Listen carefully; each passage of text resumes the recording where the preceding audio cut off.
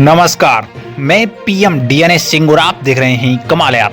जो वक्त जुड़ने का है क्या उस वक्त में लड़ना जरूरी है, जो वक्त मिलकर काम करने का है उस वक्त में क्या अलग होकर रहना जरूरी है, जो वक्त बहुत ज़्यादा इम्पोर्टेंट है इकोनॉमिक एरिया से उस वक्त क्या सरकार का गिरना जरूरी है। दोस्तों, नेपाल के अंदर कुछ ऐसी ही सिचुएशन आज मंडरा रही है और उसके जिम्मेदार कौन हैं उसकी भी डिस्कस करने वाले हैं। दोस्तों, आज फिर वही इतिहास दोबारा से दोहराने की बातें चल रही हैं और कहीं न कहीं एक बड़ा कमिटमेंट और सामने आया है। इस वक्त का सबसे बड़ा यहाँ पे क्लू कह सकते हैं इस चीज को। तो इसके बारे में पूरा विस्तार से जानेंगे तो वीडियो के अंत तक बने रहिए और अगर आप चैनल पे नए हों तो चैनल को सब्सक्राइब करके बेल आइकन दबा लीजिए ताकि आपको अगला अपडेट भी सबसे पहले मिल सके। चलिए वीडियो शुरू करते हैं।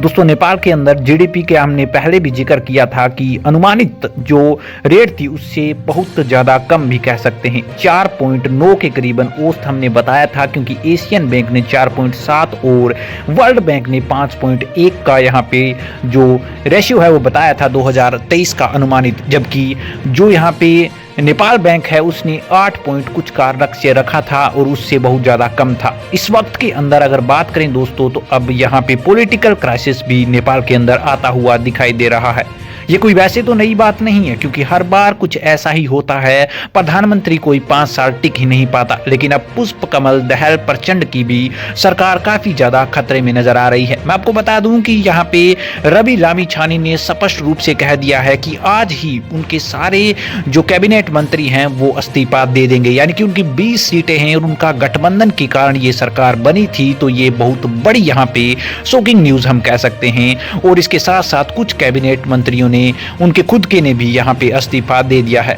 इसकी वजह क्या रही दोस्तों, आप सभी जानते हैं कि संदीप लामिछाने पर किस तरह के आरोप लगे थे और उसके बाद किस तरह से यहाँ पे कोर्ट का आदेश आया था। लेकिन बात यहाँ पर नहीं रही। संदीप लामिछाने कर रहे थे बहाली की कोशिश, लेकिन उन्हें धमकी दे दी गई।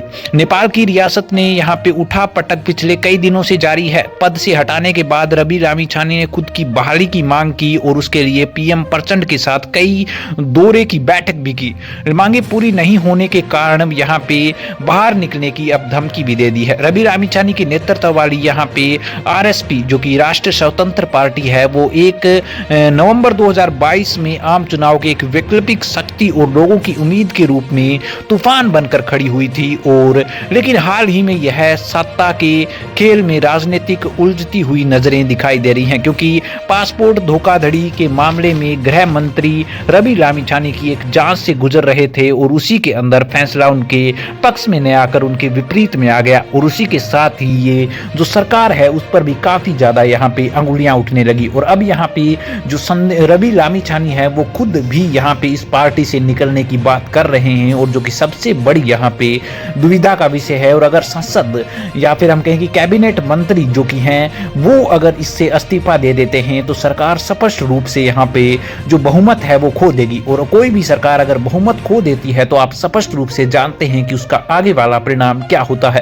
दोस्तों, इससे क्या फर्क पड़ने वाला है? दोस्तों, इससे जो यहाँ पे प्रधानमंत्री है उनको इस्तीफा खुद में खुद देना पड़ेगा और इसके साथ ही सरकार गिर जाएगी। और अगर सरकार गिर जाती है तो देश के अंदर बहुत बड़ा हम कह सकते हैं कि एक इम्पैक्ट पड़ता है हर सेक्टर के अंदर, चाहे वो कौन सा भी इंडस्ट्रियल सेक्टर हो, चाहे वो कौन सा भी व्यक्ति हो, चाहे middle class, lower poor family हो या फिर हाईएस्ट मिडिल क्लास हो या फिर अपर यहाँ पे बिजनेसमैन लोग हैं, उन सभी पर इम्पैक्ट पड़ता है। और ये इम्पैक्ट कहीं ना कहीं पूरे देश के लिए खतरनाक साबित हो सकता है, वो भी उस समय जिस समय वर्ल्ड बैंक की रिपोर्ट भी कहीं ना कहीं हमारे विपक्ष में ही आई है। तो इस समय यहाँ पे इस सरकार का गिरना जरूरी नहीं है दोस्तों। इसीलिए मैंने कई सवाल आपसे शुरू के वीडियो के शुरुआत में भी कहे थे कि क्या इस समय ये काम होना जरूरी है।